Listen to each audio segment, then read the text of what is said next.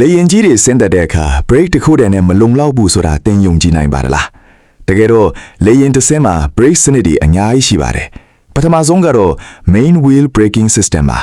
ဒီစနစ်မှာကာဗွန် brake ပြားတွေကိုသုံးထားပြီးသူတို့ကအလုံးပေါ်ပါတယ်လို့အရှိန်ပြင်းပြင်းနဲ့ဆင်းတဲ့အခါထွက်လာတဲ့အလုံးအမြင့်ပူပြင်းတဲ့အပူချိန်ကိုလည်းခံနိုင်ရရှိပါတယ်ဒါပေမဲ့လေရင်ကိုစတင်နှွေးခွေးစေတာက B brake တွေမဟုတ်ပါဘူး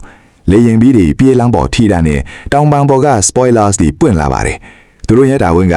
လေရင်ကိုမြေပြင်ပေါ်ဖိကတ်ထားဖို့နဲ့လေရင်ပြီးတွေပြေးလမ်းကိုကောင်းကောင်းစုပ်ကိုင်နိုင်ဖို့ဖြစ်ပါတယ်အဓိကအရှိန်တက်ပေတဲ့အရာကတော့ engine တွေပဲဖြစ်ပါတယ်thrust reversers တွေကအင်ဂျင်ရဲ့အတွင်းအားကိုနောက်ပြန်လှည့်ပေးပြီးလေရင်ရဲ့ရှေ့ကိုသွားနေတဲ့အရှိန်ကိုတိုက်ရိုက်ခုခံပေးပါတယ်ဒီစနစ်တွေအားလုံးပေါင်းလိုက်တဲ့အခါတနာလီမိုင်ဒီလာ80ကျော်ကနေမိုင်20ဝန်းကျင်ထိအချိန်တို့အတွဲအရှိန်ရှော့ချနိုင်တာမို့တင်လေရင်စီးတဲ့အခါစိတ်အေးလေအေးရှိနိုင်တာဖြစ်ပါတယ်ဒီဗီဒီယိုလေးကိုကြည့်ပြီးကျမ်းမာချမ်းသာကြပါစေလို့ဆုပေးလိုက်တယ်ဗျ